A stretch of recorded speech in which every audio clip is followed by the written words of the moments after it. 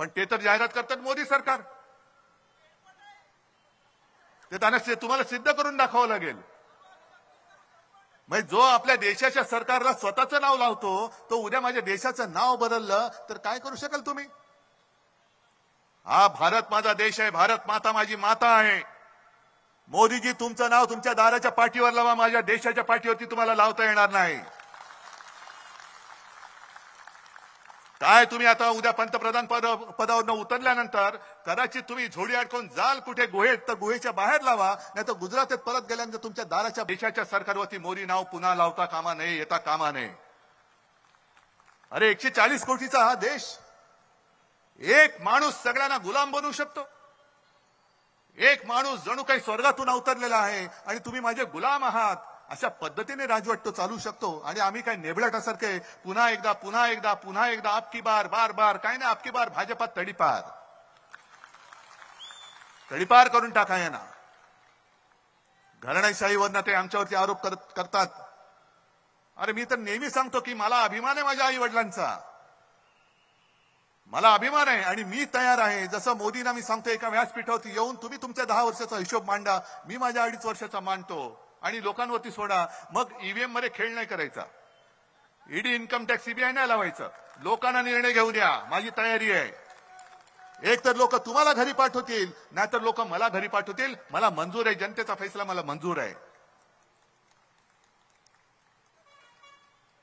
पण सगळीकडनं जणू काही हे ईडी इन्कम टॅक्स सीबीआय वाले यांचे घरगडी आहेत. अशा पद्धतीने आपल्या कार्यकर्त्यांच्या मागे लावायचे. अहो साधा तो अमोल कीर्तीकर तुम्ही येऊन बघा, चांगला तरुण पोरगा आज उभा राहिलेला आहे, तिकडनं निवडून येतो. जशी भारतीताई येते ना तसं अमोल कीर्तीकर तिकडनं निवडून येतोय.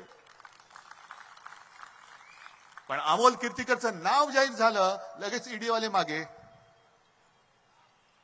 काय दुसरं काम धंदा नाही, उद्योग नाही, लगेच अमोल कीर्तीकरला बोलवलं तिकडे ईडीच्या चौकशीसाठी. कशाला?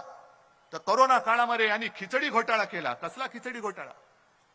अहो तुम्ही एवढे जे खाऊन बसलेला आहात निवडणूक रोख्यांचे 8,000 कोटी, हे तर काहीच नाहीये. त्याच काळामध्ये जो पीएम केअर फंड म्हणून गोळा केला होता, लाखो कोटी रुपये त्याच्यामध्ये गोळा झाले, लाखो कोटी रुपये. कोण बोलतंय त्याच्यावर? एक साधा माझा कार्यकर्ता, त्याच्यावर तुम्ही खोटे आरोप लावता. खिचडी घोटाळा केला म्हणून तिकडे एकाला तो तुरुंगात टाकला. त्याचा ज्या कंपनीचा मालक आहे तो मिंदेकडे गेलाय, तो मोकाट आहे, पण त्याच्याकडे काम करणारी जी लोक आहेत त्यांना तुम्ही ईडी आणि ईडी बीडी सगळं काय त्याच्या मागे लावताय. ही तुमची लोकशाही आहे. पण पीएम केअर फंडाचा जो घोटाळा आहे त्याची चौकशी नाही करायची, त्याच्यावरती प्रश्न नाही विचारायचा. पीएम केअर फंड हा खाजगी फंड आहे. कोणाचा खाजगी? मग पीएमचा अर्थ काय? तुम्ही हास्य जत्रा बघत असाल ना, पाहता की नाही? का बघत नाही की हो की नाही? त्याच्यामध्ये ते काय बघा, प्रभाकर मोरे आहे ना. मग पीएमचा अर्थ काय? प्रभाकर मोरे फंड आहे. पीएमचा अर्थ काय? पीएम केअर फंडाचा अर्थ काय? मग प्राईम मिनिस्टर त्याचा जर का अर्थ नसेल तर तो खासगी फंड कोणाचा आहे आणि उद्या मोदी खाली उतरल्यानंतर तो फंड कोणाच्या ताब्यात जाणार आहे याचं उत्तर मला त्यांनी द्यायला पाहिजे. पण एका बाजूला भरपूर घोटाळे करायचे. बरं, घोटाळे केल्यानंतर अमित शहा तुम्हाला जर का वाटत असेल की तुम्ही म्हणाल ती पूर्व दिशा, नाही, अजिबात नाही. तुमचे जे काही चोचले चाललेले आहेत, भ्रष्टाचारी ते तुका मेळ व्हावा, म्हणजे कोणी किती भ्रष्टाचार केलेला आहे. मी मागे पण सभेत सांगितलं की किती कोटीचा घोटाळा केला, किती पैसे खाल्ले. 5 कोटी हाकलून द्यायला. किती केले? 50 कोटी. थोडं बाजूला ठेवा, आपल्याला काहीतरी गद्दार विकत घ्यायला येतील, 50 खूक आहेत ना, बाजूला घ्या. मग 500 कोटी, अरे याला घ्या. 70,000 कोटी, अरे ये तुला उपमुख्यमंत्री करतो. म्हणजे ज्याचा घोटाळा मोठा तेवढा यांच्याकडे मान मोठा. कोणत्या तोंडाने तुमच्या तोंडाला लागले शेण आणि तुमचा आमचं तोंड हुंगायला तुम्ही येताय? पूर्ण नखशिकांत भ्रष्टाचाराने बरबटलेली पार्टी आहे. एक सुद्धा त्यांच्यामध्ये ओरिजिनल भाजपवाला आता शिल्लक राहिला असेल तो या उपऱ्यांच्या सतरंजा उचलायला त्यांनी ठेवलेला आहे. सगळे उपरे येत आहेत. कोण आहे? मिंधे कुठून आले? शिवसेनेतून आले. दुसरे 70,000 कोटीवाले कुठून आले? पवार साहेबांकडनं आले. एक गोष्ट तुम्हाला आता नक्की कळली पाहिजे की जी भाजपच्या लक्षात आलेली आहे. जसं काही वर्षांपूर्वी अचानक आपले मोदीजी संध्याकाळी 8 वाजता टीव्हीवरती आले होते आणि त्यांनी घोषणा काय केली होती?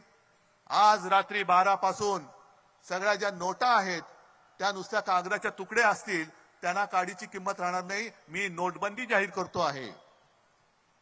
आता त्यांना लक्षात आलंय की महाराष्ट्रातल्या जनतेने नाणेबंदी केलेली आहे. या महाराष्ट्रामध्ये मोदींचं नाणं चालणार नाही. इकडे ठाकरे आणि पवारांचंच नाणं वाजणार, मोदींचं नाणं वाजू शकत नाही.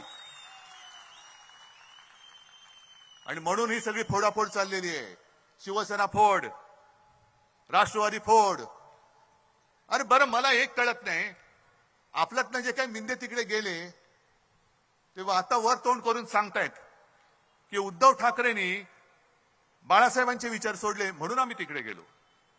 मग अजित पवारांना विचारायचे, तुम्ही काय गेला? तो स्वतः शरद पवार हयात असताना शरद पवारांनी पवारांचे विचार सोडले म्हणून तुम्ही तिकडे गेलात.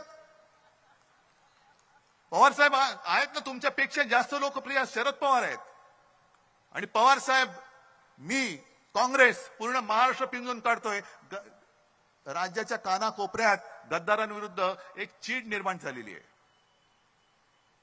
आणि बाळासाहेबांचे विचार कोण ऐकतंय? हे मिंदे जे काय कुंतात माईकवरती, हे बाळासाहेबांचे विचार नाही.